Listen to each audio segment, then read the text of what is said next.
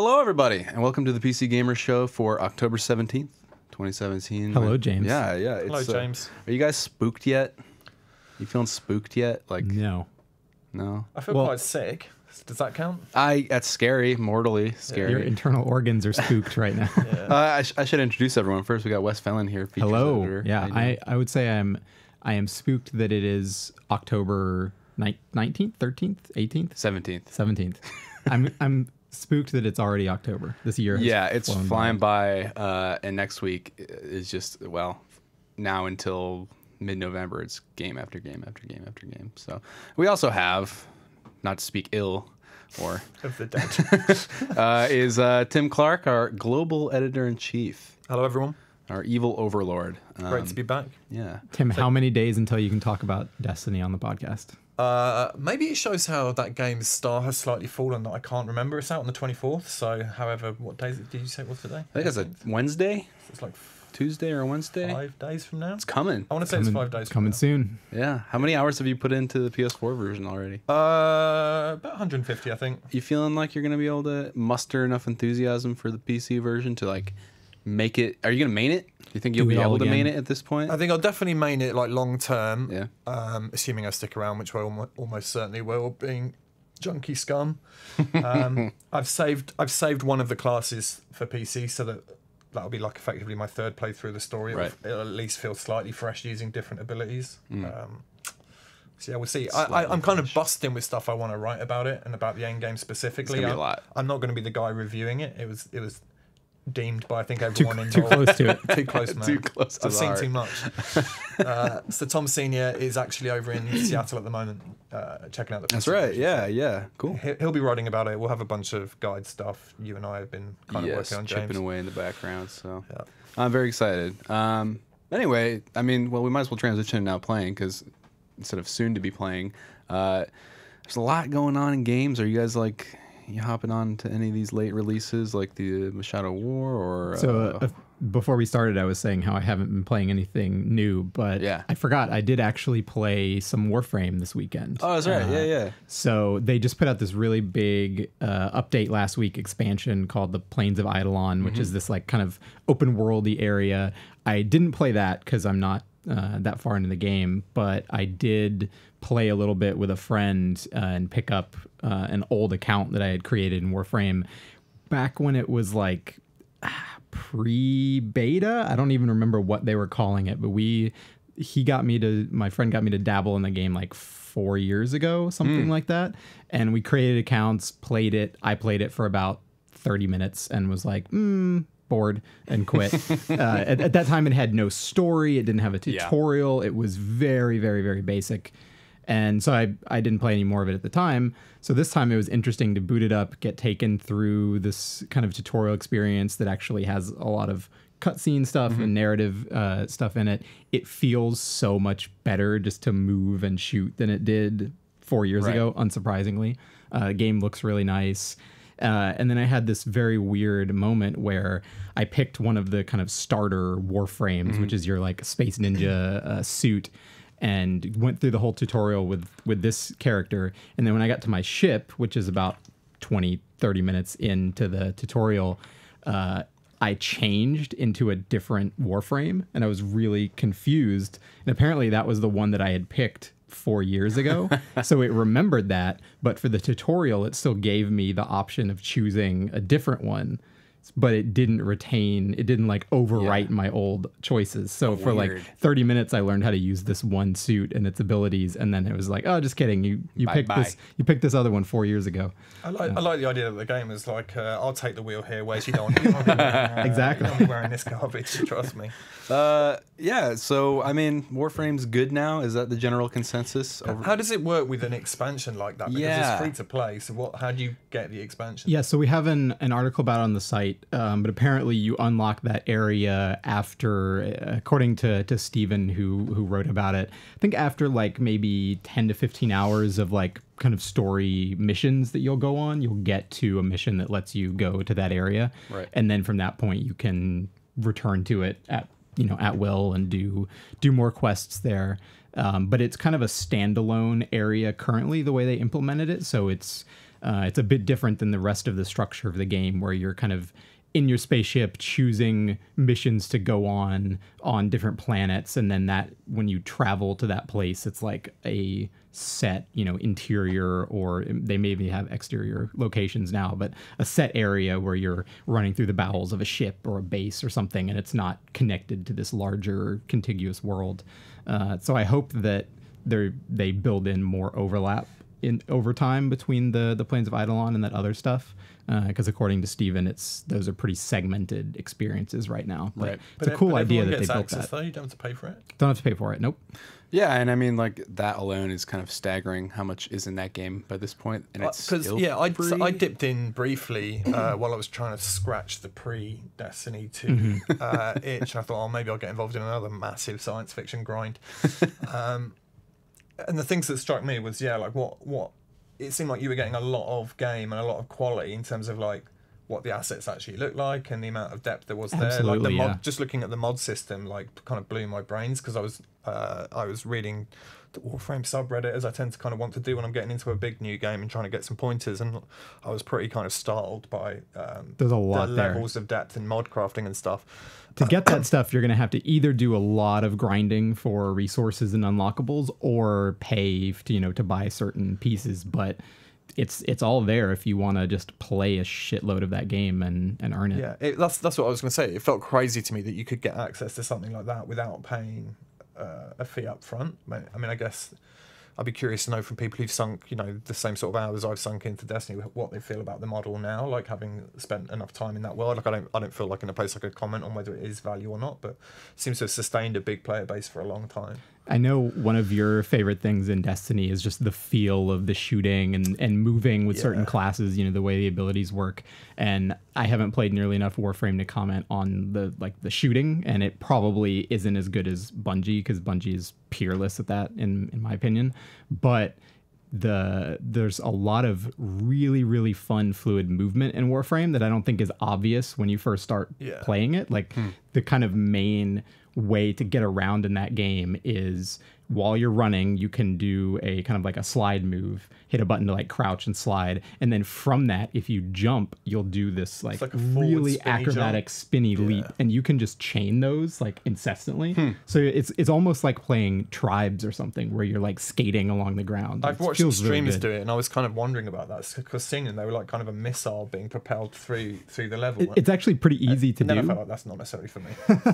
It looks harder to do than it is in my experience. So that's like a cool thing, that you start playing it and you're just walking around, and then 5 minutes later you're like this just amazing anti-gravity ninja or something. I think what turned me off, or what made me not stick with it, was as you kind of allude to, was the combat didn't immediately feel as satisfying to me anyway.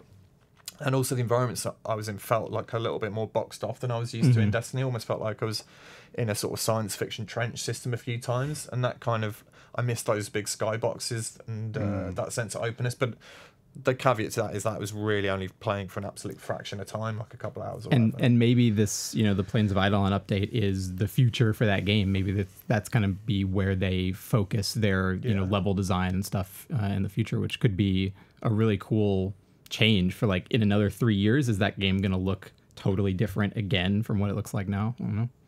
Probably. It's exciting to watch. It's a really interesting game. What have you been playing, James? Yeah, I want to hijack this before we dive into what Tim's been playing, which is, I'm just really looking forward to this. I have been playing Shadow of War, which I'll get to in a minute, but I also played about 2 hours of The Evil Within 2 last night. I quite like the look of that. We gave it, I think Joe gave it 80 on the site. Yeah. Is that why you're spooked, James? Yeah, it's, well, to be frank, it's only spooky in a traditional way, in the well-worn tradition of Japanese horror games that think limbs are scary, just bolting limbs onto things. And limbs are kind of scary. They are. I think they've lost their luster over the years. You're over additional limbs, is what you're saying. Yeah. I'm having fun with it because it definitely feels like it's trying to pick up where, like, Resident Evil 4 left off, or do a Dead Space. It's not directed by Mikami, though, is it? No, I'm spacing his name, but there's an American director this time. It's a Western guy, yeah. Yeah, I believe. But it definitely feels, it has stilted voice acting, just absurd plot points. There's like a anime dude with a camera who kills people and then takes a picture and it freezes the last second of their death in 3D space. I was editing a news story about it, and I had Yeah. to get like Andy to explain to me. It's the STEM. They're in the STEM world or It's something. ridiculous. It's basically What's STEM? it's the Matrix essentially. The horror Matrix. Yeah, the horror Matrix where Why hasn't anybody made that movie? I don't know. As soon as I said it, I thought that sounds actually quite good. The horror Matrix, yeah. Yeah, and it's in a campy B movie way. It just like within. I started playing with Adriana, my girlfriend, and because she doesn't watch me play games very much because she thinks they're dumb as hell. Fair enough. Watch you do this shit, but she likes horror a lot, and I was like, yeah, watch me play this horror game, and within the first 10 minutes, it's like this guy, the guy like revisits his house, watches it burn down, watches his like daughter's face melt, then like is suddenly approached by this woman who comes out of nowhere, is like, we need you, da da da da, and like takes him to this covert facility underground, and there's some evil guy like in a suit saying, ha ha ha, help us get the girl back, we can find your daughter. With the one with the burned face? Yeah, sounded like your Chewbacca. daughter's still alive. And she's like the core to the Matrix or something, and you get put in this tube thing, and then you wake up in the dream. It's fucking bonkers. And she's like, this is not scary at all, it's incredibly stupid. And I was like, She's a yeah, core. but that's the point. But so When you meet her, I want to do that bing, bing, bong, bong, like sound effect. Wait, is Freddy Krueger actually like horror Neo? I was going to say, isn't Nightmare on Oh Elm my Street God. the Kind of horror is. Matrix I guess it as kind well? of is. the yeah, horror it Matrix. gets there, especially in those later films. But I'm enjoying it so far. I wouldn't say, like I said, it has some jump scares. It has gross things to look at. I think what's most interesting about it so far is not its like linear sections where you're getting chased down the hallway by a limb lady with a buzzsaw arm who's laughing maniacally. That's fun, but I've done that many times, including in the first game. What's cool is there's like this kind of town, the Matrix town, so to speak, where it's kind of open You are world. now entering Matrix Town. Yeah, it's partnered basically with Matrix Town. someone else, probably. There's like glitches and like fucking like half the world above you. It's so ridiculous. But yeah, so you get this big open area. There are like characters you can find in this like entire town to explore that give you side quests, and those side quests can take you to especially dangerous places that reward you with like a cool weapon. And the combat, like, it seems much more. It almost seems like it's going for something like a Resident Evil 4 Bioshock hybrid. Because Is it more kind of like hub worldy then? You can kind of explore. I haven't got too far into the game to really understand like how the open world stuff works. If like I get dumped into this module of open space and then like go to a linear spot and then a new module, or if I return to the same spot. But it's pretty big. Like there's multiple houses you can just skim past, like entire buildings that contain almost like these tiny little set pieces where you might walking down a hallway in a more linear game experience like a guy sneaking up behind you, but they somehow pull it off in these open spaces. Like they kind of predict what players are going to do, and you might just miss some of that stuff completely. Like there was this shotgun shell sitting precariously in this kind of like grassy yard with overgrown grass, maybe like waist high, and I'm like, oh, if I pick that up, enemies are gonna like stand up and get me, and like they did, and that was like cute. I entered a shed, and the shed door slammed behind me, and I could have just walked by that shed, and then like all of a sudden that guy started like slamming on the doors and windows. So the answer is don't investigate anything. Don't touch anything. Basically. Don't look at anything. It's yeah. So and there's, I don't know, it's kind of cool creep around that world, like Silent Hill-esque, Matrix-esque, and it's, like Get said, never overtly too scary. But I've enjoyed just kind of moving around at my own pace. And I'm not a big horror fan in Yeah. general, but I love that that moment of foreboding or anticipation that you have in not just horror, but in kind of in all kinds of movies and stuff, where once you understand the sort of the language of pop culture, you see something change in a game or a movie, and you're like, okay, I know some shit's about to happen. Like I always think of that the scene in Resident Evil 4, kind of like the first boss fight where you get in the little like rowboat with the outboard motor and go out into the middle of a lake, and it's a cutscene, and that's where you have to fight the giant fish. But like even before the fish shows up, as soon as it goes into cutscene with you going out on that lake and it's like quiet and the camera pulls back, you're just like, it's not good. Something really bad is about to happen. I don't know what it is, but something's going to happen. The equivalent of that in action games is when you enter, like, especially third-person zones, you enter an area with a lot of like waist-high walls. Yeah, there's and, like, 43 waist-high and you're like, walls. oh, this isn't going to be good.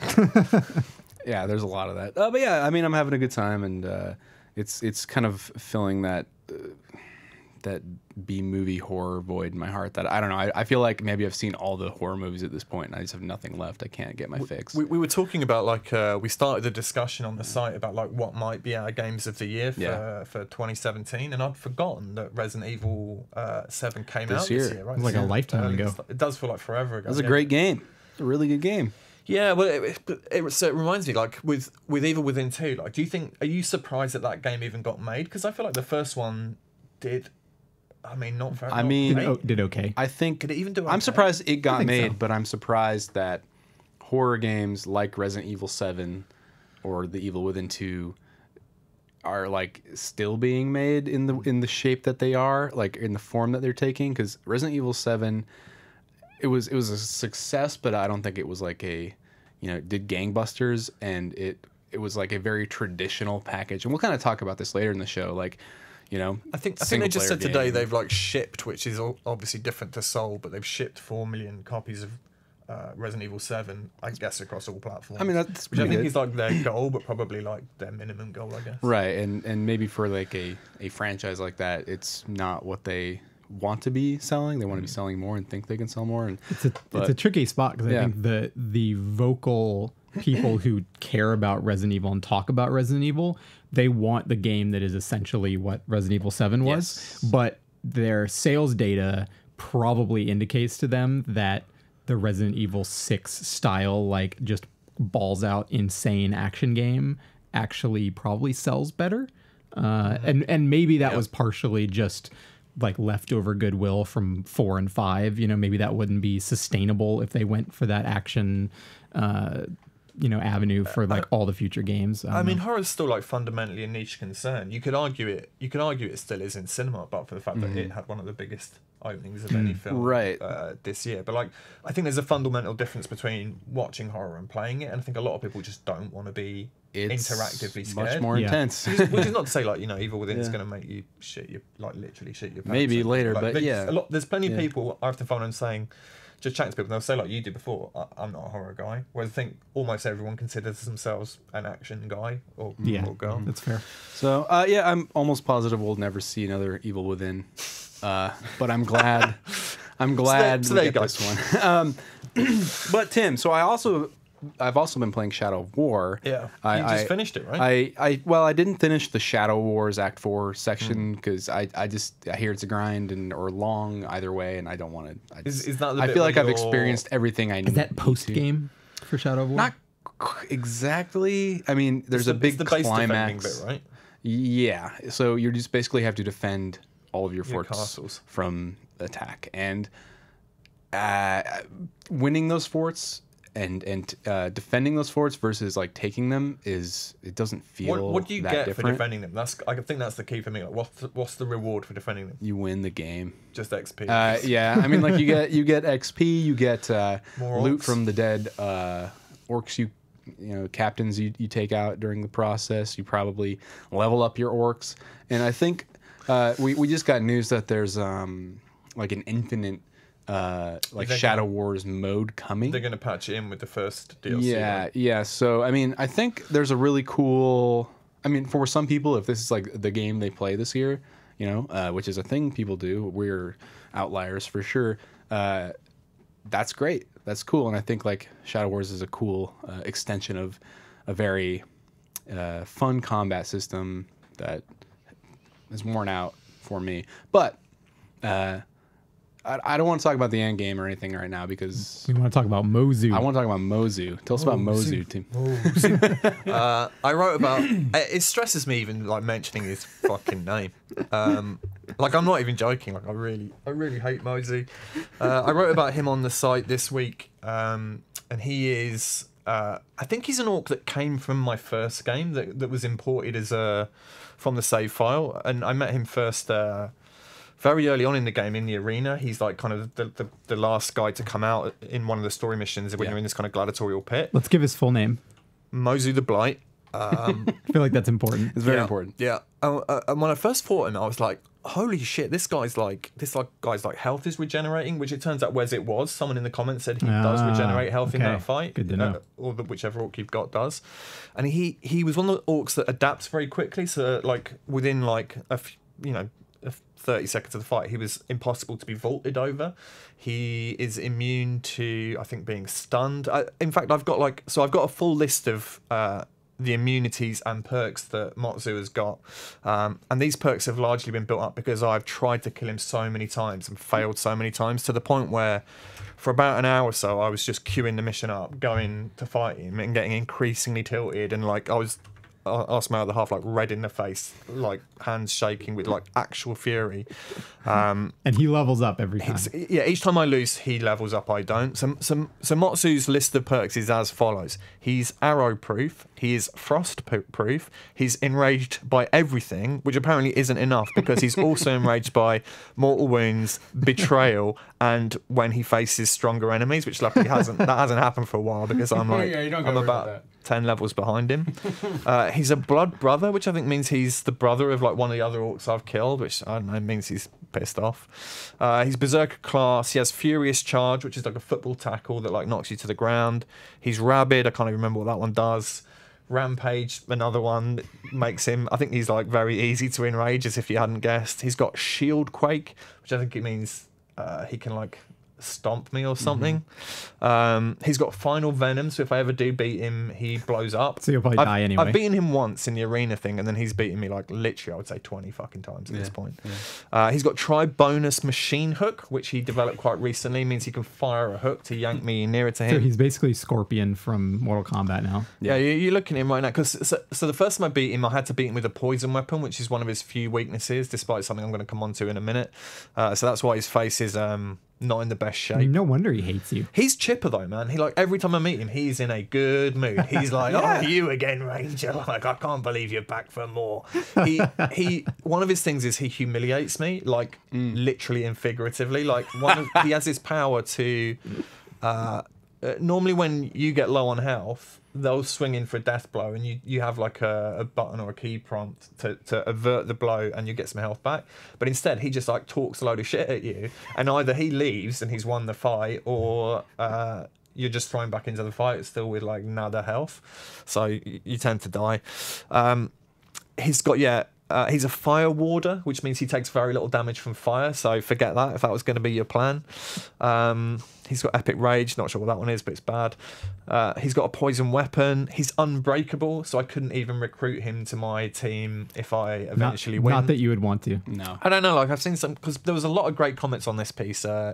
Check it out. The piece is called Fuck This One Particular Orc, which we debated whether or not to call it that for a while.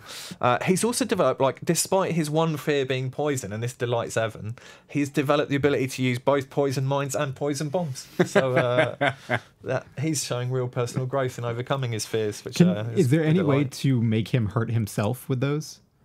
Not that I found. Can you shoot him out of his hand or anything? Well, he's arrow proof, Wes, so like, I'd imagine not. Right. And then for the final perk, he's also a beast slayer, so if your plan was to ride in on a Carragher or whatever, that's not going to work either. So you, at this point, you basically need like a dragon or something to come and eat this guy? I mean, he's not fireproof, right? He is frostproof. So yeah, someone suggested getting a drake and riding that in, but I haven't. I don't think I've even got that ability yet. His fears are poison. That's his only fear, and then he can be damaged by executions, explosions, and stealth attacks. But you can pretty much write off stealth attacks, because I've stealth attacked him before, and it does like a sliver of damage, and then you ain't doing no more stealth because you're in the fight. So I actually had like kindly one of the. A developer from Monolith contacted me because he contacted me through Twitter, said I'd like to speak to you, and I said, oh no, he's gonna complain that I was shit talking Mozû. Like maybe he's a front for Mozû as well. Maybe Mozû sent him in to harass me on Twitter as well. But he was kindly over DM trying to give me some advice for how I might be able to take Mozû down, because I had said if I can't be Mozû in 48 hours, I'm going to give up on the game. Which one person on Reddit was very disappointed. To which I say, fuck you. But because I'm sick at the moment, I wasn't playing any games last night, so I think I'm going to give myself to the weekend to try and beat Mozû, because I do want to keep playing. Like, the game is, I think, as Andy said in his review, it's pretty grindy, it's pretty bloated, but it's also a lot of fun to me. I like collecting things, so I enjoy collecting orcs. Just not this one particular orc. Yeah.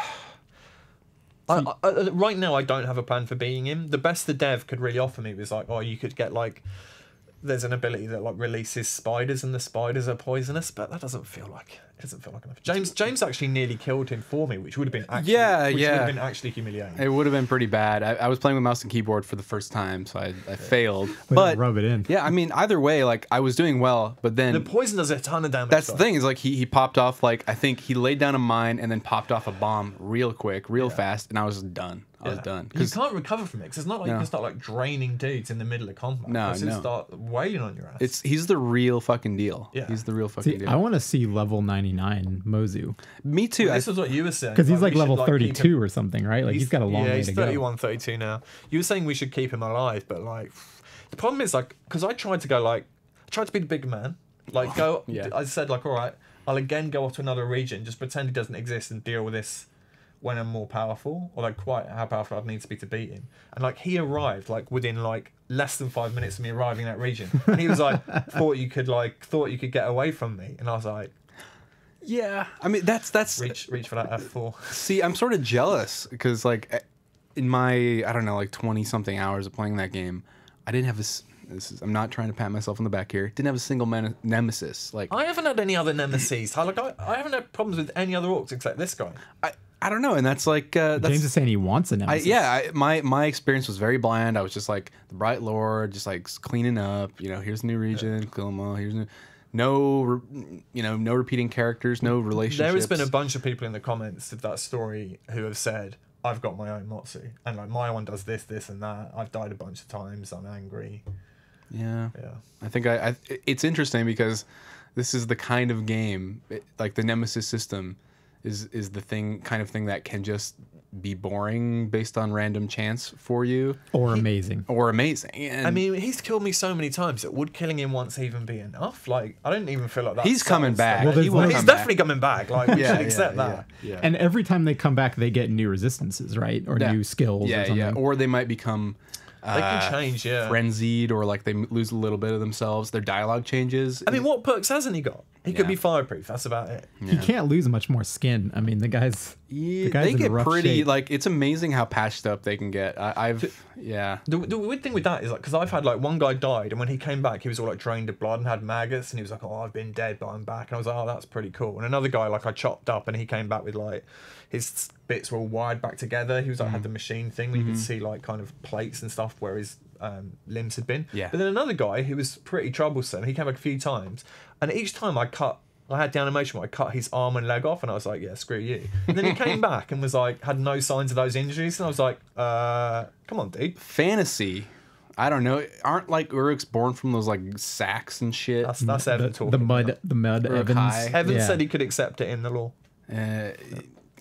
I don't know. I don't care. I think it's funny. It's funny. Okay, I have a game idea. Yes. So we've talked before about how kind of ridiculous it is that the Nemesis system hasn't just gotten ripped off by somebody else and put into a major game.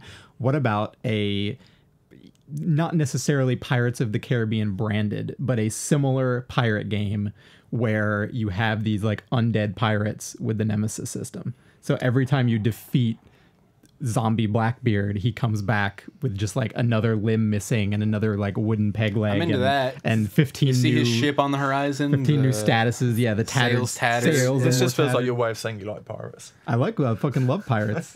Assassin's Creed 4, also another game that hasn't gotten like a worthy sequel. Ubisoft's finally making that pirate game, but it's going to be like multiplayer.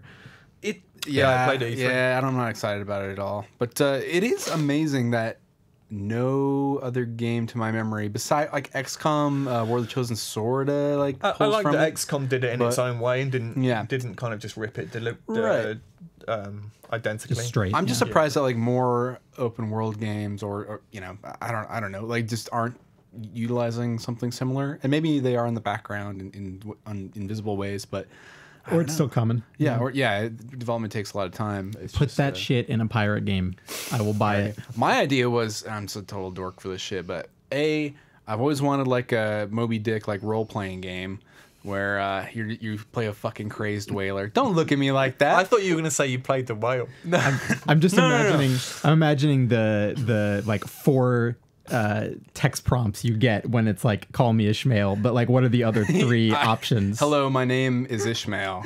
Ishmael. Yeah, you could do whaling in Black Flag, right? It was kind of weird. Yeah, you got on the little rowboat and you threw the harpoon. There's no my idea is superficial, it's surface level, but I just like the idea of an infinite sea of procedurally generated Moby Dicks with you have your own whale nemesis, and pretty sure this is why I changed rights about games. Doesn't make them. I just like anyway. That's another topic for another day. But yeah, but with the Nemesis system. But with the Nemesis system, Shadow War. Any closing thoughts? Any like? I'm enjoying it. It looks great on my machine. I think Evan made the point that he felt like he's at a similar place that I am, like kind of level 25 or so, that he'd seen kind of what the combat system had to offer, and it wasn't particularly changing much. He was using the same techniques to beat most orcs, and he wasn't really having to come up with, particularly left field approaches. And it's obviously a game that there's going to be a lot of grind to get to, I think, where you have. Like, I think I've done 2 regions, but still have, like, multiple armies to raise and lead, and I'm not quite...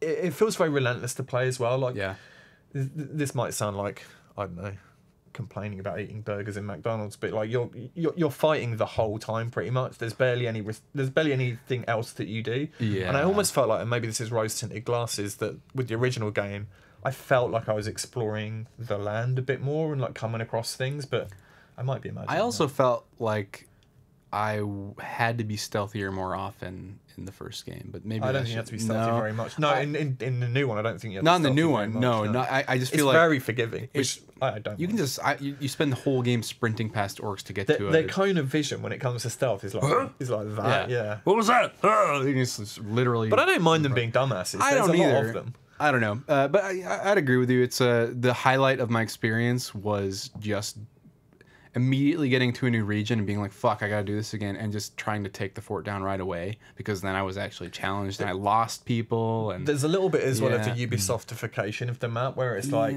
find these Shelob memories, find these like Shelob memories artifacts are a pickup on the map. Yeah. So you go to them. Did they fall out of her head? Like how? No, I don't even understand. They are so abstract. You just like walk over to a spider. It's like a smashed crystal that you have to like and then angle. It starts I wouldn't even call it a puzzle or a mini game. Did she literally lose her marbles?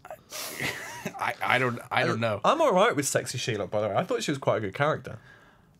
Just throwing it out there. How's the sexy ant though? Sexy ant is so fucking hot. The sexy what? Sexy ant. Tree lady. Is there one? Apparently. Oh yeah, no, I've met her. Yeah, the spirit of the forest. Yeah, dude. She didn't scream sexy to me. I sprinted through those missions. Yeah. Anyway, we should move on. The Shadow War, it's a cool game. But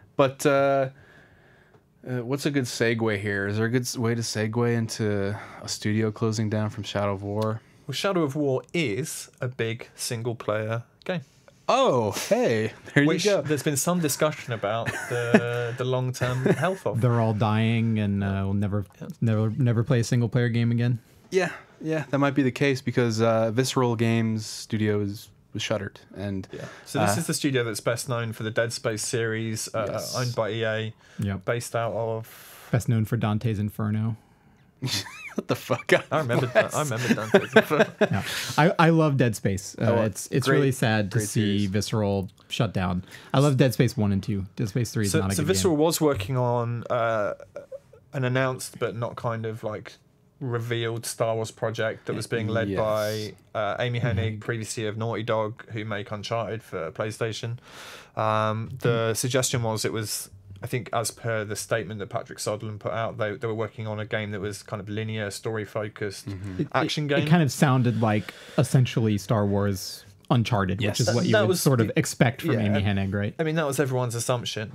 And the thrust of the statement they put out seemed to be that kind of game just wasn't flying with the testers they'd shown it to. They said they'd been showing it to a lot of people throughout every stage of development, and they needed a game that people would kind of essentially come back to over a longer period of time. Yeah, let me read the back half of that. Read it actually out.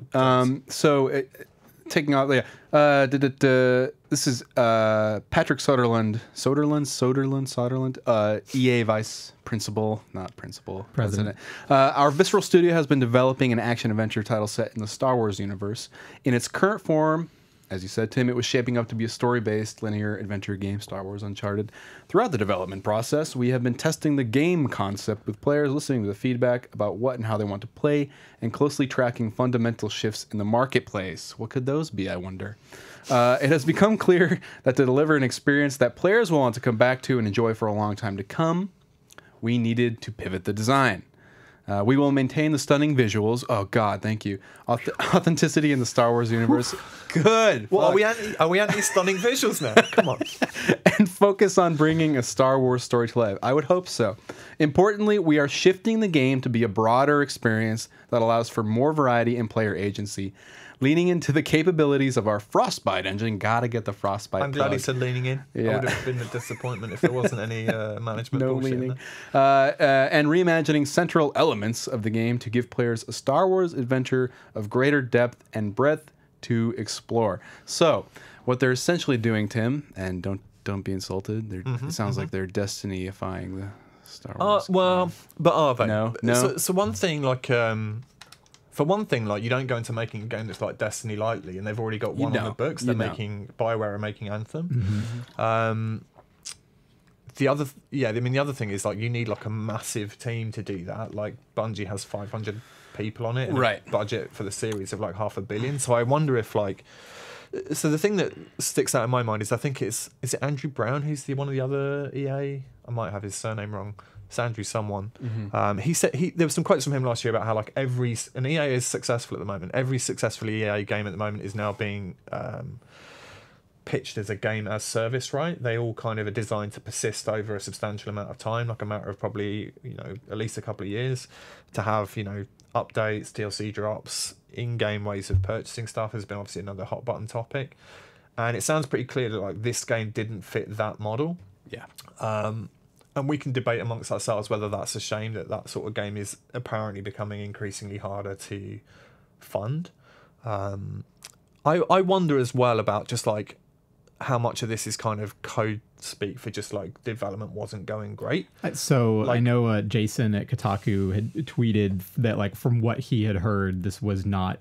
This wasn't canceled or changed because it was a single player game. It wasn't, they were like, that's too Uncharted, like, we got to kill it and, like, put microtransactions in there. I'm sure that monetary element was a factor, but I think sounded like there's some more going on there. I think that probably made it like an awkward fit with the rest of their kind of, like, the philosophy of their portfolio of, like, this is odd, this game is an outlier, and it doesn't really fit how we're planning to make cash. But it strikes me more that, like, you mentioned Dead Space, Wes, and I love Dead Space. 1 I thought was a great kind of starter of kind of sci-fiing that genre. I think 2 is actually almost a forgotten classic.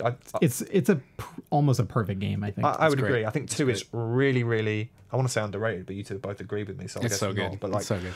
I think 2 stands up now. I think at the time, Dead Space 2, I was working on a console mag at the time, was almost as good as what Uncharted was doing. And that's one of the most popular or most critically acclaimed single-player third-person games there is. And then with 3, they just kind of, I don't want to say, like, just shit the bed, but, like, it felt like they did go in that direction of going, all right, we're nearly there. How do we take it to the next level?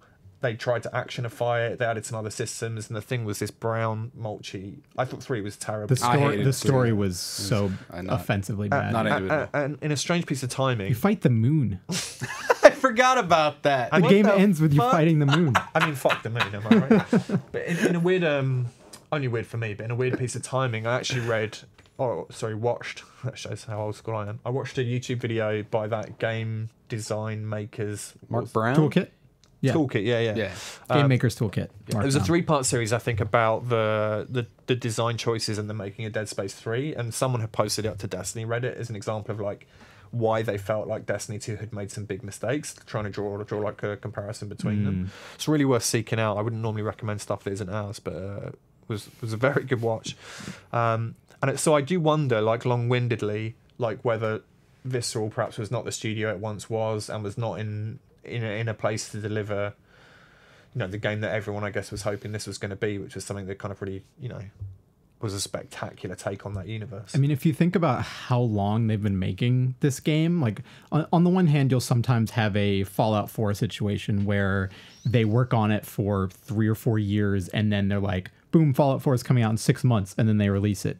That wasn't really this game. This game was announced like 3 or 4 years ago. Yeah. They said we're making this like Star Wars single player adventure. It's gonna have blah blah blah.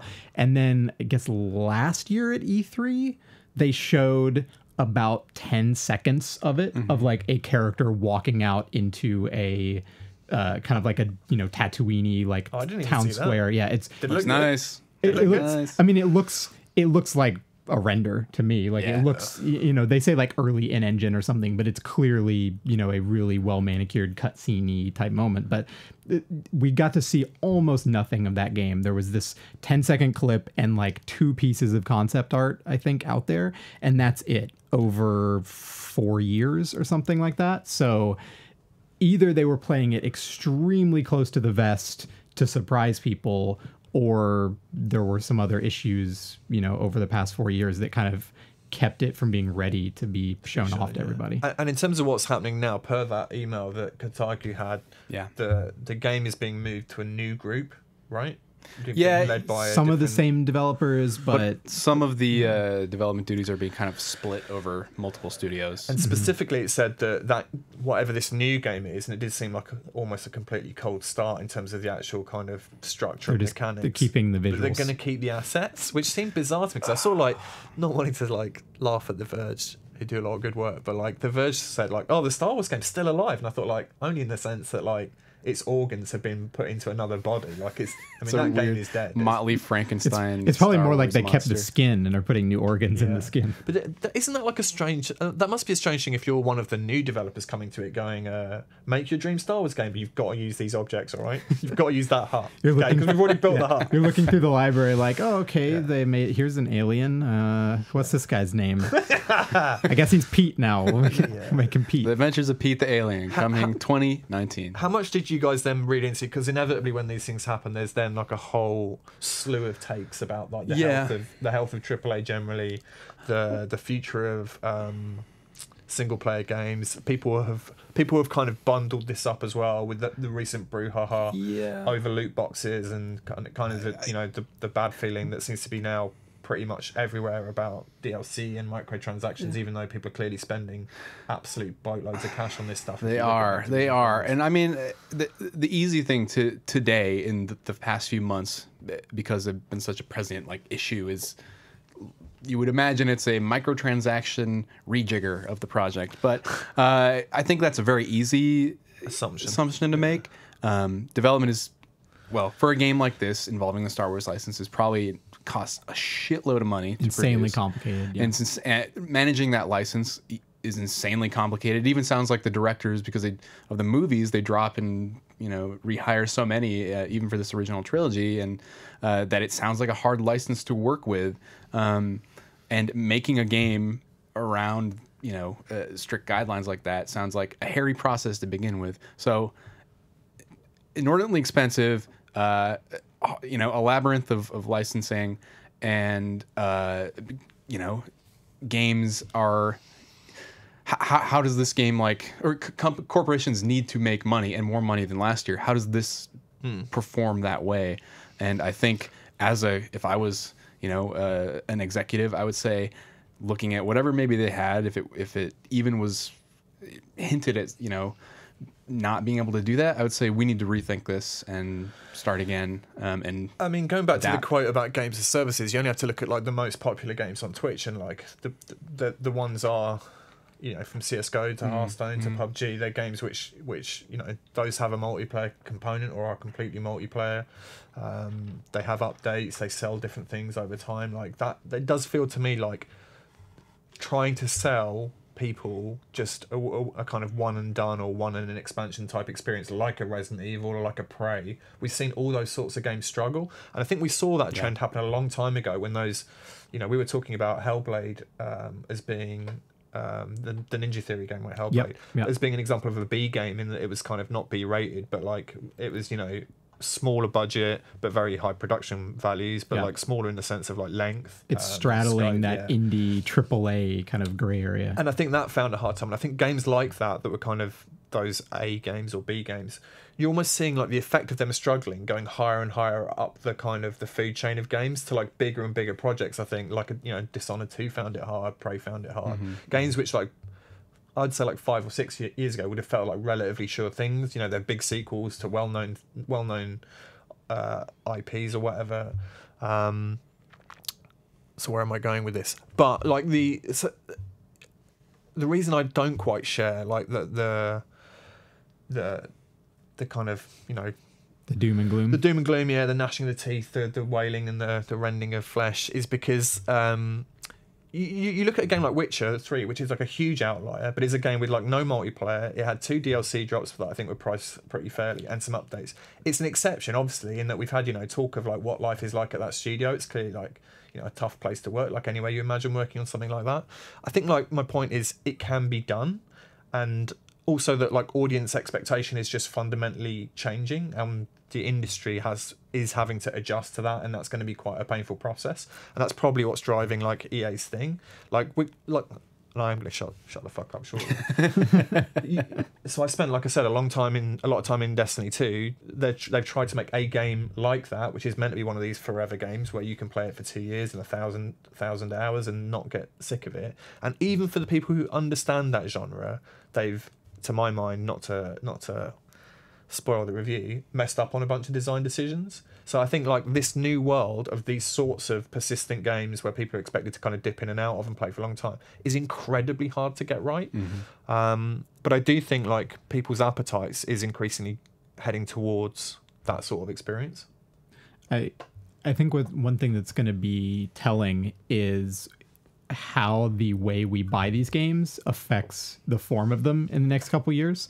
So I think games as a service is not going away, but I think a big part of the season pass microtransaction movement didn't just come from needing to make more money or wanting to make more money. It came from coming up with a strategy to keep people from selling their game back to GameStop 2 weeks after they bought it or a month after they bought it, right? Because they said, okay, if we put out this DLC pass 2 months later, they'll keep their game. They're not going to resell it.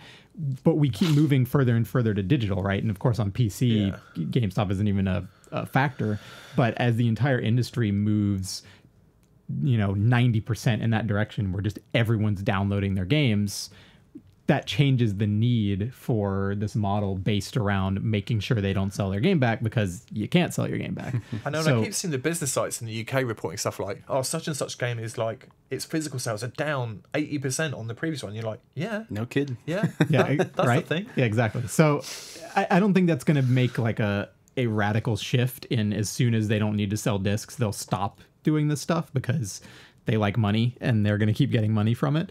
But I think that might make it, everything's cyclical eventually, right? Like something new is going to pop up that changes the direction of everything. I think right now we're very much on this games as a service direction, but I think in 2 years we're going to see all the games influenced by Zelda Breath of the Wild start hitting, of them being like, what if open world games didn't have to follow this template of 7 million things on the mini map and we gave the player a lot more freedom? And like, I think more open world games will go after that. Didn't you read his statement? There you go. Player agency, freedom, something like that. I'm just kidding, but go on, Wes. So, I think the single player Uncharted style game, maybe we're going to see fewer of those in the 50 million, 100 million AAA space. There will be more indie games that step up to take that spot. Look how people have reacted to Cuphead, which I think is they found it like refreshing to play a game. 1 million sales of Cuphead, which is essentially an incredibly It's an arcade beautiful game. Gunstar Heroes. Yeah, You know, it's basically a game that you could have bought 22 years ago with amazing animation. Yeah. I mean, so for one thing, I don't think, like, I'm not sitting here to try and defend EA and Activision, because we're going to come on to some Activision stuff in a second. But Oh like, boy. I don't think like those publishers have particularly gone, well, here's this awful system we just need to impose on people because that will in itself make more money. I think they're responding to what they perceive a substantial amount of players to want, and because they don't do it just like for the fuck of it, they do it because they think like this is what people will in the greatest number respond favorably to, right? If they genuinely thought the market actually was still demanding, 10-hour campaigns that were just really rich and detailed, that's what they'd be making for you. Like, I think yes and no, because I think EA, like any big company, and I think we've probably experienced this at companies that aren't making games, you're always going to have people at the top making decisions who don't necessarily understand like the desires of the audience in the same way that people who kind of came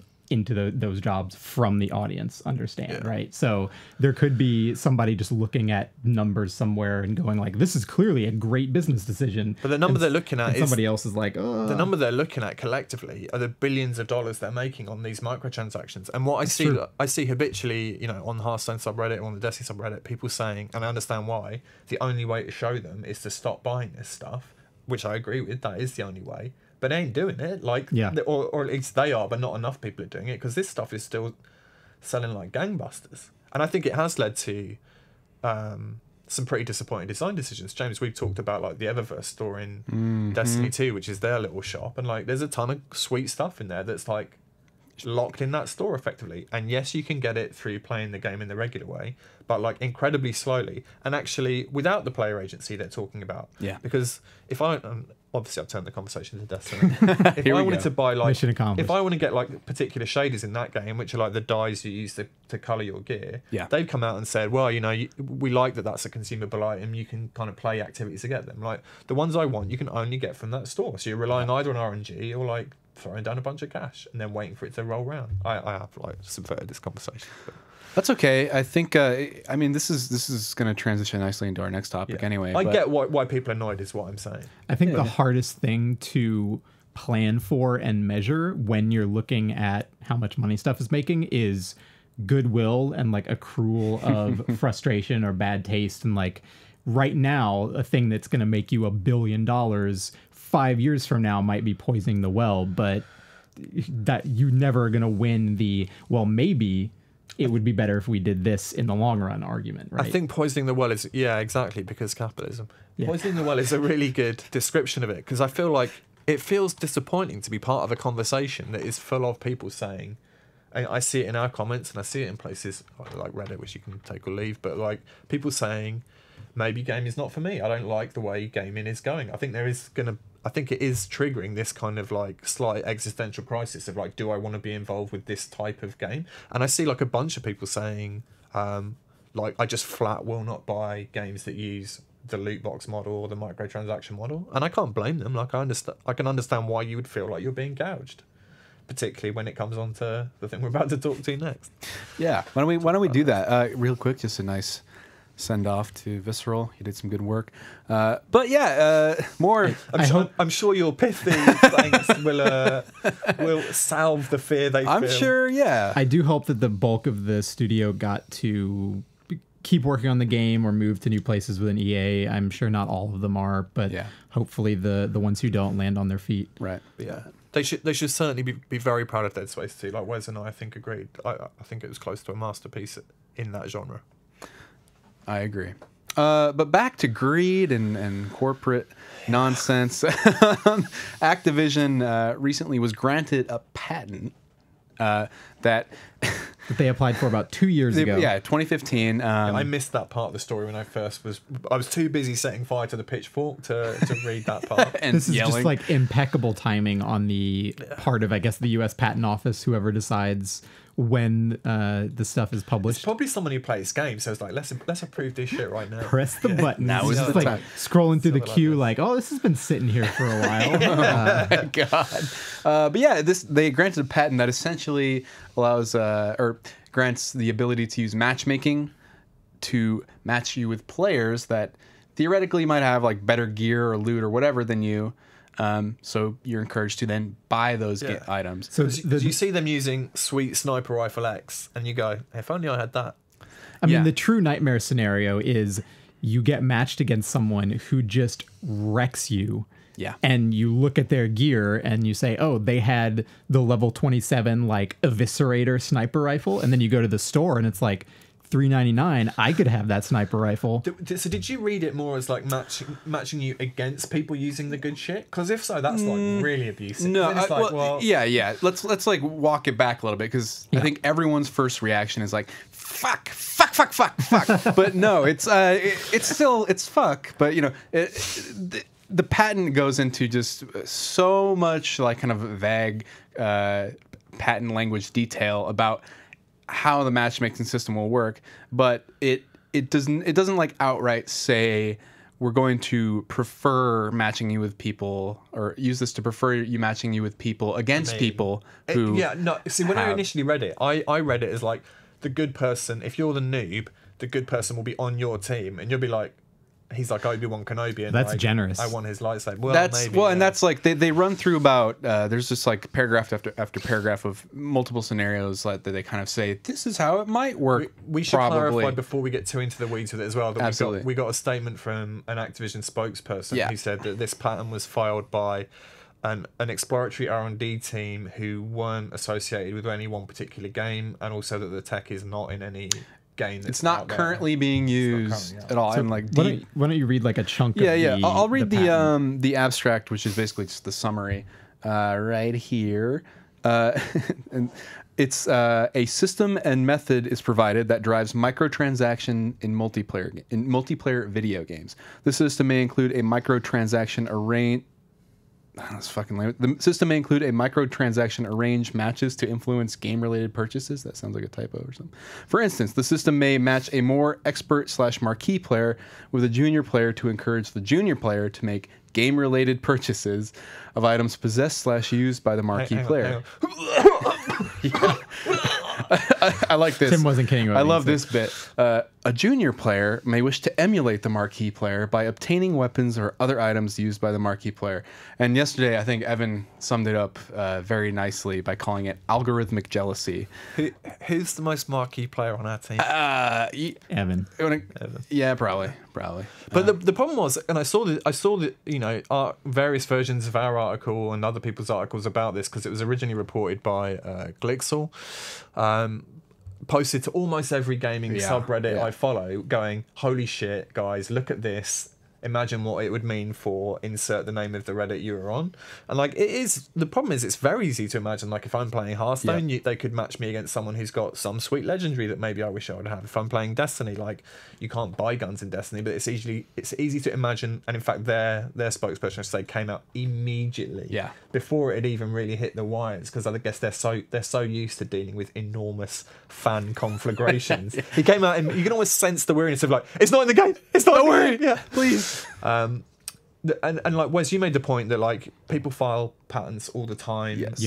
Oftentimes they won't get used. Some are for some pretty wacky shit, and I accept all that and think it's true and fair. But my counterpoint is that it's equally very easy to see what direction Activision's brain is going in when it comes to this sort of stuff. And I think like the minute you get into think about that statement they read, right, that this was from an exploratory R&D team. Yeah. What else was in that? Exactly, like that means there is an exploratory R&D team for things like this. Just for making evil stuff. This isn't the only thing they've ever come up with, right? Yeah, you're being moved to the evil team. What do? It's mostly matchmaking stuff. But I mean, matchmaking. I mean, it's something that gets, you know, in the game I played, Destiny, it gets argued about a lot. You know that, you know, connection-based matchmaking versus skill-based matchmaking. You know, how much you turn the dial one way or other has a huge impact on the way the game feels. If they're now going to be turning the dial towards like matchmaking you against richer players, like it seems like that's a sacrosanct thing that like you expect to go in fair, and they actually wouldn't have to tell us if this shit was in place. They wouldn't have to tell us at all. The fact they filed a patent is only because they want to make more money off it by having the exclusive rights to doing this bullshit. right? Yeah. Or maybe they're being heroic and just going to sit on the patent so no one can use it. Yeah, who said that? I thought that was the I think it was a amazing comment. fantasy. So one thing I thought was strange about this is like I looked through a bit of the patent. It's probably like 50,000 words or something. Yeah, it's long, right? pretty long. As you would expect from a big piece of legalese. Only if it's 50,000 words, I would say only about 1 or 2,000 of those words are about this system. Yeah. And the rest of it is just laying out ways matchmaking systems could work. Yeah. And it even has links at the top that's like building on, this is based on a matchmaking patent that Microsoft owns, for example. So that's like the foundation for this one to kind of iterate on. So it didn't need to spend 48,000 words explaining matchmaking systems. So the patent is actually very broad and covers like tons of different ways you could matchmake players based on different factors that have nothing to do with microtransactions.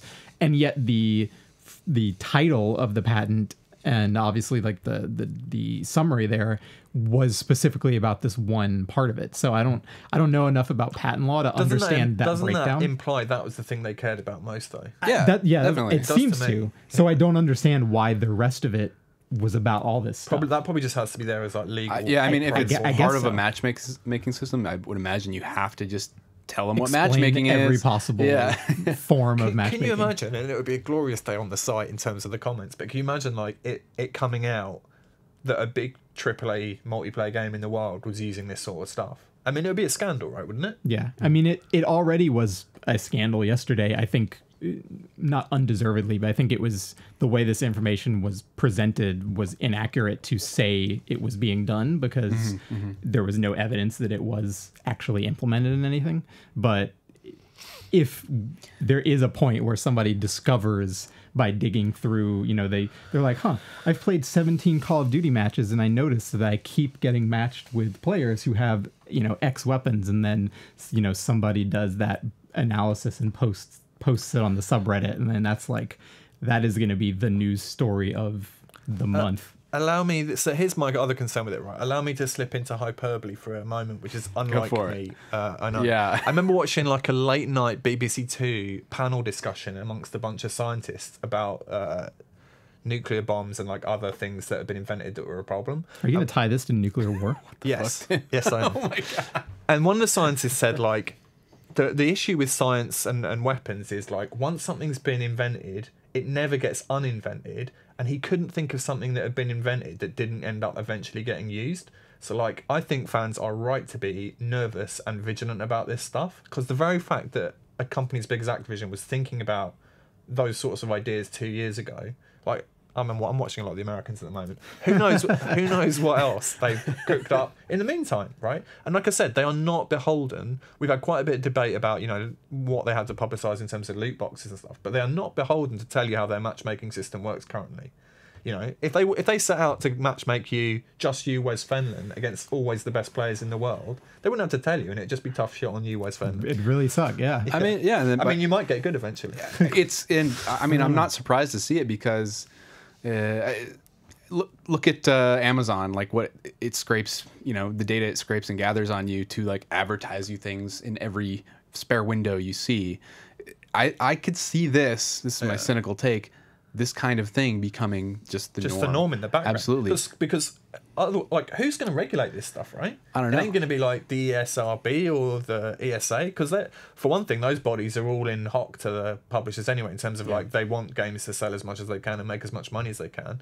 Like beyond us the press and the players finding out about this stuff and calling it out as bullshit, there's no regulatory body that's going to like make sure matchmaking is held to like skill-based. We're going to take this shit to the Supreme Court. No, I mean, like, I don't know. I think like it's beholden on all of us to not be complacent about this stuff, or it will become the norm. I'm just imagining now the fantasy sci-fi post-apocalyptic version of this scenario where the weapons of the ancients that we uncover are loot-based microtransaction matchmaking. But I mean, one of the commenters on our site said, like, Evan's jealousy algorithm line is nice, but another one said, it's effectively turning all your opponents into walking billboards. Ooh. Or like 10% of them. Yeah, but that's still enough. Just the marquee guys. Just the marquee guys. I feel so sad about not being a marquee player. It's all right. You could be. You're gonna get half so of it. Do you advertised to. know if you're a marquee player? If you are one? Maybe you just have the what if stuff. God? What if you could sign up to be a What if marquee they player? what if they give people the stuff Yeah. to be the marquee I wonder. player? Streamers. I bet their defense would be anyway. That this is already how it works. Like if I watch like Datto play Destiny on Twitch, I want to use the same loadout as him. Like that's already a thing that happens. You know, if you watch League players or whatever, like if I watch some Hearthstone streamer playing a deck that's kicking ass and it's an expensive deck, you better believe I probably want to craft that deck. So really, they're just enabling your enjoyment of They're your just hobby. using maths to lock that shit in, Wes. It's okay. PC Gamer, saying it right now. We approve. We can't wait to use it in Destiny 3, Call of Duty World War 2. Welcome, our new algorithmic overlords. Thank you. Thank you. But I want to be the marquee player. That's fine, Wes. Yeah. I'll dress up any way you dress up. What? Let's move on. Let's move on. That's going to do it for our main topics. Now we're going to switch to our typical Twitch chat Q&A. Maybe we can... I hope chat is enraged by all these topics and has a lot of good questions. I'm hoping they're just like calm and collected and ask us questions about like- what's your favorite video game cat or something, because I've been thinking It's, a lot it would about be a nice capitalism change of these pace from- days. It's Blinks the Time Sweeping Cat is the obvious answer. Blinks 1 or Blinks 2? I always forget that there was a Blinks 2. I'll let you guys talk about that. So did everyone. But if you have a question, drop it in. First of all, ask us anything to do with video games. Tag at PC Gamer in the Twitch chat, and we'll get to your question if you're a Twitch subscriber or a club member. If anyone first. is using that handle, Mozû, they're to be banned immediately. If we ban them, they'll just come back stronger. And we also take questions through our Discord, which is part of the PC Gamer Club membership. Go to club.pcgamer.com to learn more about that. But it's a cool private server we run. You get an ad-free experience on the site. You get a digital subscription to the magazine. You get free games. You get betas sometimes.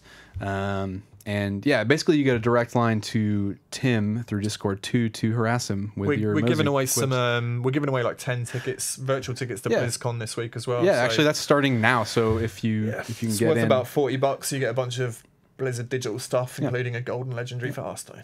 we do that. We do stuff like that a lot, and we're gonna do more and improve the service as we move along here. But yeah, get us your questions. I'm gonna open with some that we got from the Discord earlier. Let me just get those up right here. Starting off with a question from Agro / Critscast. God damn. Choose one name. Yeah, come on now. What are you most looking forward to in the TF2 Inferno update? Did you guys... I don't think any of us are TF2 players. I'm not anymore, so my answer is nothing. But are you guys aware of what the update is? No. At all? I know that it's happening, but I don't know what is in it. Yeah, I think we're on day 2 of the reveals coming Should from have it. asked Evan. They before. put out a new cinematic for the first time. Yeah, and the in a cinematic while, is right? really good. It features I'm forgetting his name. The very manly Australian character Saxon Hale. Saxon Hale. They featured in their comics a lot. He's finally rendered in 3 dimensions. Nice. And so it's a pretty funny short. I'm wondering if this is going to be the last one written by the funny Valve writers who have left Valve in the past year. That's the very first thing I thought of, because I was reading it and I was like, is this funny enough? I wonder if they wrote this, because this isn't funny enough. And then like a funny thing happened. I was like, okay, it might be. Acceptable. Funny. I was like, this is almost, I know there's new maps that are kind of jungle themed and outdoor themed that are coming, and it's all community made, which is sort of the model TF2 has kind of dug its own trench for, and it's really working for them, especially because the game is, how old? It's 10 years old now. Because 10 years old. Yeah, we had the Orange Box 10th anniversary celebration. Kind of fucking bonkers, but glad it's still plugging along. There's some new gestures and such, and I might hop back in and check it out. I like to. That's my favorite thing about TF2 is like it's this It's always there. reliable workhorse I can just like hop on and take out for a Blow off ride some around the steam. pasture. Yeah, even if I'm awful at it. So couldn't answer that question to the fullest extent you wanted, but it looks good.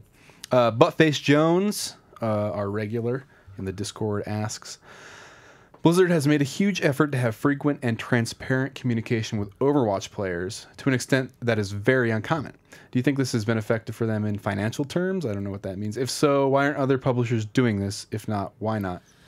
I mean, they have 35 million players, I think, yeah, I mean, it keeps... so they're doing something right. I don't know. I wouldn't say that like... I don't think that's the reason. No.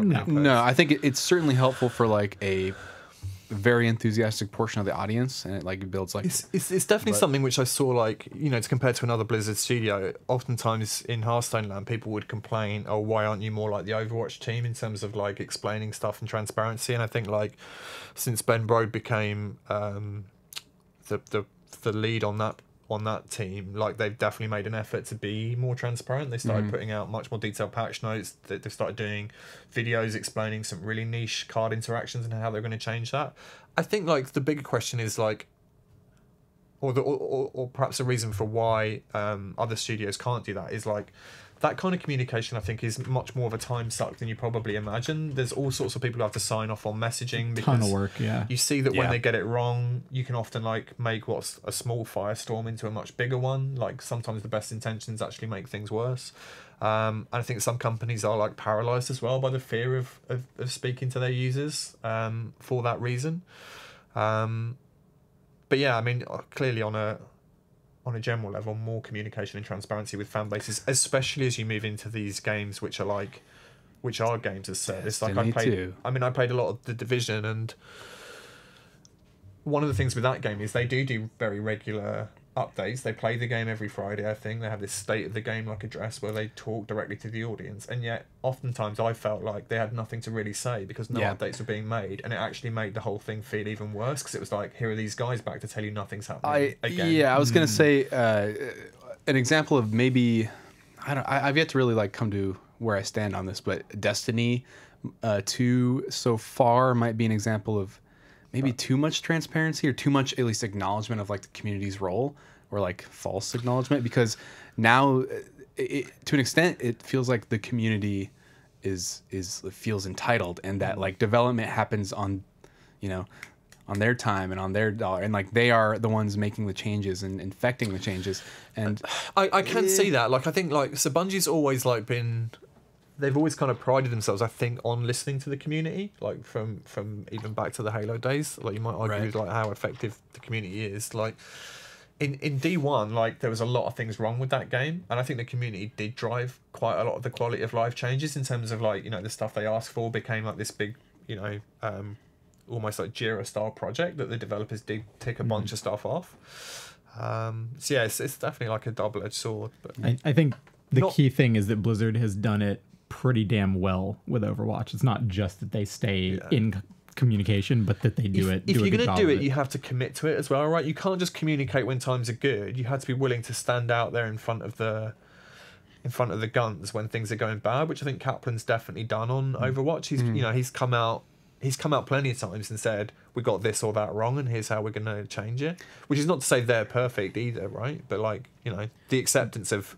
imperfection is probably a good place to start. Even just putting a human face on anything is going to at least help cut down on some of the, you know, the anger and the hatred and stuff. I think when there's a vacuum of like messaging, it definitely like people build them, that echo chamber builds itself up into a real fever pitch of like, they're not even fucking listening to us. Look at the sentiment around Valve, even on, I mean, like Team Fortress 2 is maybe not the best example because they've had a steady clip, but just like anything they do with Steam or whatever, that vacuum is, when I was I don't know, like 6 years ago, the sentiment around Valve was, they fucking rule, they're the best, they are like, they're flawless, they do everything perfectly. And then time crawled on, and we, you know, the same games get updated with kind of the same cadence and choir behind, and you know, people I think want more or some insight. I don't know, it's a delicate balance. I don't think every studio is equipped to meet that kind of, you know, that the perfect pitch they need, but Blizzard is like, if anyone can do it, Blizzard has the resources and time and people. Good question though. This one's I like this question. Digger NJLP asks, do you find it hard to enjoy playing a game for yourself because you find yourself constantly critiquing the game? You should listen to Dim talk about Destiny, for instance. I only find it hard if I know I'm going to be the one writing about it, because then I start like mentally going, all right, these are the points I want to make, this is kind of the rough order I want to put them in, and then you start actually like, oftentimes if I don't review many games anymore, but if I was writing a big feature or review, half of it would be like almost written in my head, and then it would almost feel like your head is going to fucking burst, like the words are pressing against your skull and you have to get them out, and that does not make it a more pleasurable experience. No, playing the game. And you're under the gun time-wise eyes oftentimes as well. I meant to say, like, time is... I've gotten into a habit of taking, like, notes and whether I'm reviewing a game or not, just because it's what I like to do, because I'm a nerd. But I don't know, time always adds that stress. Like, when someone's like, oh, yeah, you got to play Dark Souls 3, and you have... Till Tuesday. A couple days, and you're like, fuck. Okay. Or, like, for me, the hardest review I ever did was... and then we're like, why did you miss that Easter egg, James? Sorry. Outlast 2, because I love horror games, but I usually play them at like 1 hour once a week for like a year, because I get so freaked out. I love them, but like, so Outlast 2, it was like, all right, you got 2 work days, go. 8 hours of this shit? That was harder for you to review than that Dragon Cancer. That Dragon Cancer was really, really difficult. But that was a pretty unique case. I was also in my head kind of like thinking, how the fuck am I going to write about this? How the fuck? I reviewed GTA. This is a story I tell a lot of the boys have heard it before, but like I reviewed GTA 4 on PlayStation over the course of I think 3 days, like in a room in London at Rockstar's offices with some other journalists, and like there was no natural light in the room. I played it for like 10 or 12 hours a day each day, and on the last day, one of the guys from Rockstar said, "Are you all right?" And I was like, yeah, I think so. Like I feel like I've got a real headache and I feel like weird, but yeah, I think so. And he goes, you need to go to the bathroom. And I went to the bathroom. I looked in the mirror and like the loads of blood vessels in my left eye just fucking popped. And like ever since then, whenever I get tired, it looks like that left eye's filled with blood. It was a very good game though. So like, I accept the sacrifice, the blood sacrifice. Good. All right. So yeah, it can't. Sometimes that's the answer. Our own Evan Lottie asks, what's the best version of a battle royale game that you could see happening in 2018? Octodad. Oh my god! Like which game would we want to see battle royale apply to? Yeah, I think so. Like what kind of genre or bolted onto an existing game? I don't know. Octodad. I mean, I'm surprised there's not like I was when I reviewed Forza Motorsport 7. I was thinking a lot about Forza Horizon 3, that open world, and I was like, why the fuck isn't there some like battle royale? God, what was that car fighting game? Jesus Christ, Twisted Metal take yet? Oh, I've got one. Hitman, but like the level is still full of like civilians and NPCs, and there's like 50 hitmen in there. And like maybe if you're discovered, you're knocked out as well. So that's like that's basically what they did with the Assassin's Creed multiplayer at one point, right? Yeah, you had multiple assassins, but they were disguised. Maybe not to that scale. Yeah, I played that. What about it wasn't to that scale though, for sure. Yeah, that could be really cool. I don't know. Octodad, I think, is sort of the definitive answer right now, though. But yeah, I'd say I'd like Destiny, but that game's PvP puts me on such. I mean, anyway, like that maybe not.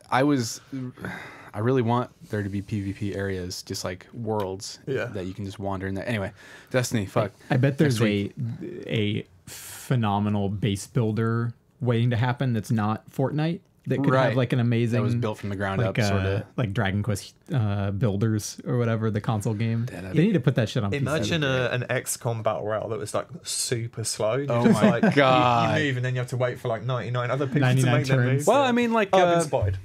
there was some strategy game that came out recently. I can't remember the name of it, but everyone the conceit was it was multiplayer and everyone queued their turn up at the same time, so you'd sort of anticipate. It could be a fast clip, 30 seconds, make a turn. I remember reading about that. Turn. Anyway, we're gonna see a lot of battle royale games, I bet you guys. Yeah. So look forward to it. Look forward to it. Well, the lesson from the Fortnite seems to be that copying it does work. Oftentimes, games will copy another game and like just blow it, and it's like, well, maybe it does work. I mean, I played a good amount of that Fortnite mode, and I was like, it's not great. It doesn't have to be like great. It's just the sort of the novelty of being in a big space with 100 people. It'd be interesting to me to see like not to say that Epic isn't, but like a really big publisher with like a Call of Duty. Yeah, and Battlegrounds. I mean, you better believe Activision and EA are looking at it. Oh, you bet. Like Ghost Recon. The next Ghost Recon is going to be fucking battle royale. The next Rainbow Six. Well, Rainbow Six has found its niche, but they're gonna one of their franchises is gonna be a battle royale game. Star Wars Battle Royale. Good question, Evan. Thank you. Maybe they've taken all the assets from the Star Wars game. They're just fucking parachuting it onto copy an paste 100 times. Yeah. You're a stormtrooper. You're a bounty hunter. Okay, go. Thanks, Amy. going back up here, who do we have? Ben14715 asks, what early access game would you want to be finished right now? And I don't know about you guys, but maybe PlayerUnknown's Battlegrounds is the exception. I typically like to wait until they're close to completion, or at least like I out. got one. Sorry, what's that? I'll say this is the cheating answer, but I'll say The Hunt, which is the game we That's saw. exactly what I was going to say. Which hasn't even released in early access yet. Yeah, it's not actually in early access yet, but it was our game of the show from E3 as voted for by the ones of us who saw it. It was the Crytek game that was monster hunting PvP in the kind of marshes Permadeath, of Louisiana, permadeath. Spooky, looked spooky. Amazing, incredible shadows, incredible lighting engine. So that's not in early access, but they announced that it will be going into early access Soon. this week. Yeah, Soon. Is it sorry, this week? it's not going into early access this week. They announced It's coming soon, Yes, yeah. which who knows what that means. It's but got a Steam page now, which I guess is a step in the right direction. forward to that. I haven't played it yet, but I would say Dead Cells, just from hearing really good things about it. And 100%. it felt like the kind of game I was just like, I'd just rather play this when it's done and not play the version of it that's 60% of what it's going to be. I don't want to hit a wall in that game or like wait for a new module to come out and start over or something. But Yeah. looking forward to that. Anyway, I agree with Tim. Hunt Showdown sounds pretty good. You agreed with me. I agree with both of you guys. Okay. I don't have any principles. Sextooth with a 3 instead of an E. Hello. Asks, what is a piece of hardware that was a big deal, or at least seemed to be when you first started PC gaming, but is no longer a factor? And he gives an example. For me, I remember CD-ROM drive speed used to seem really important in the 90s. Yep. I remember being excited to get a 40x speed drive, but now it's not even a factor with everything being digital. Is there It's a good one. hardware bottleneck you used to fucking lose sleep over? I mean, so I never like built my own PCs as a kid, Yeah, so I wasn't dealing with that era of hardware as a hobbyist. But I do remember always booting up DOS games and having to choose your sound card, your sound option, Oh, yeah. whether it was PC speaker or like, did you have a Sound Blaster Pro Sound or did you have Blaster. whatever? So I miss sound cards. I remember that being a significant consideration and always a, if it was interesting to like choose the different options and see what it sounded like, or even just having that uncertainty of like, oh, what sound card do I have? I don't know what I'm supposed to pick. I'm 6. I'm so old, despite my boyish good looks, that I used to... My first real computer was an Amstrad CPC 6128, which I don't think they probably even had in America, but it was... You had that came with a built-in disk drive, like a floppy disk drive. 3.5 inch or 5 1/4. They were like hard. The hard floppy, Yeah, the hard floppy. not the floppy.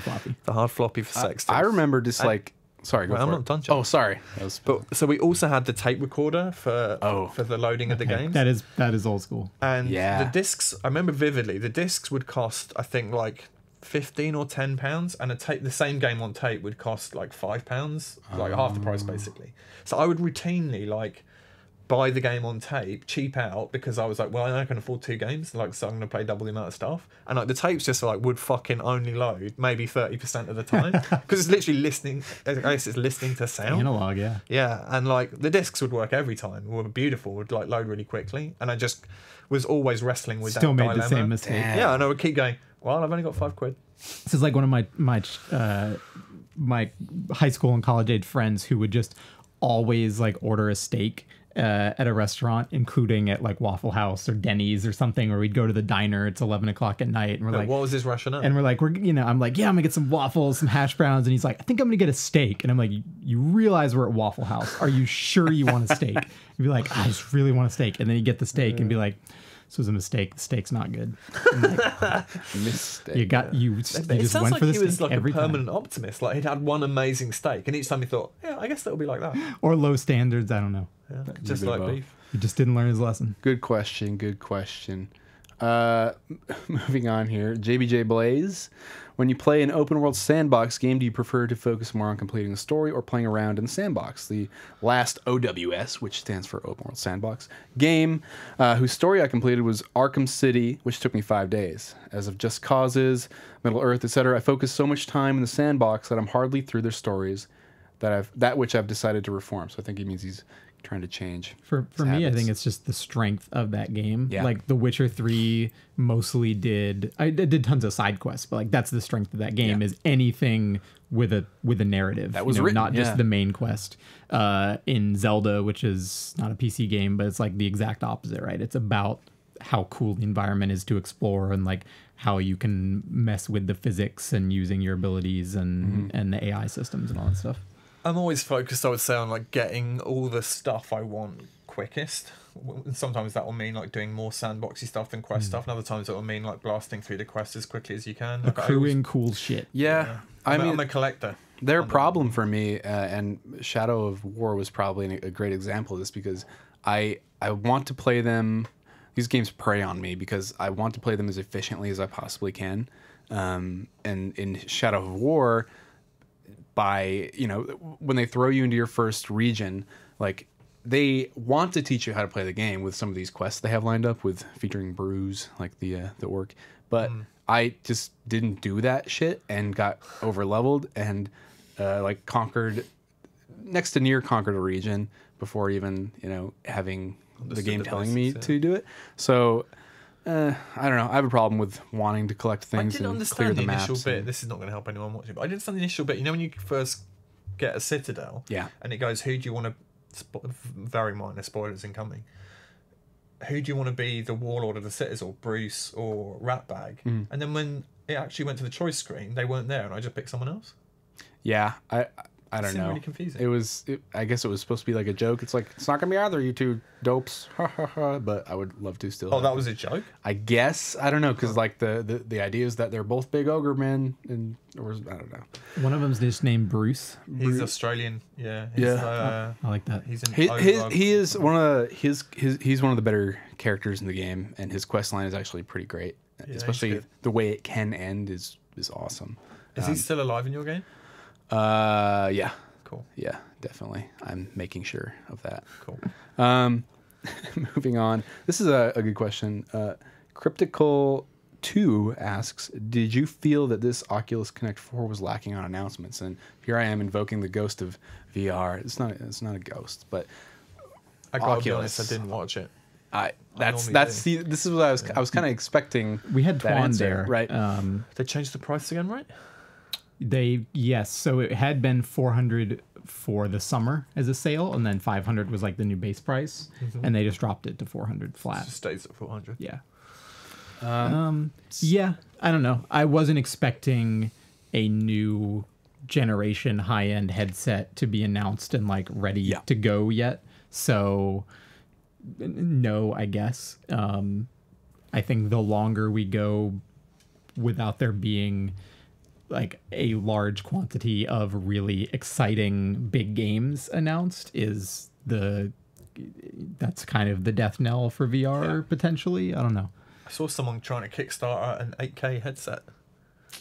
8K. Yep. 8K. I mean, they showed off, or they reminded us of that. The Oculus Santa Cruz? Is that what they're calling it? I believe that's... Which is I think is that the wireless headset? I think that is their next generation one. Yeah. Talked about a bit. So, I mean, when that comes out and is affordable, I will be kind of like looking at VR again. How affordable would it be to have to get James Davenport's interest? I mean, I won't even... $20-30. Yeah, pretty much at this point. I mean, yeah, you got to like beat out a expensive burger to get me on board. But I don't know.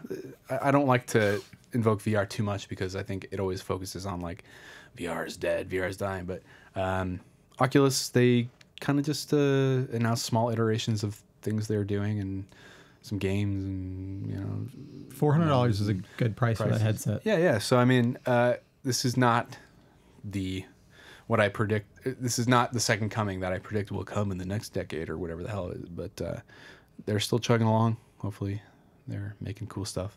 Maybe Oculus is banking on just like the real world getting worse and worse, which seems like quite a safe bet on the timeline we're currently on. That seems to be what Zuckerberg's going for.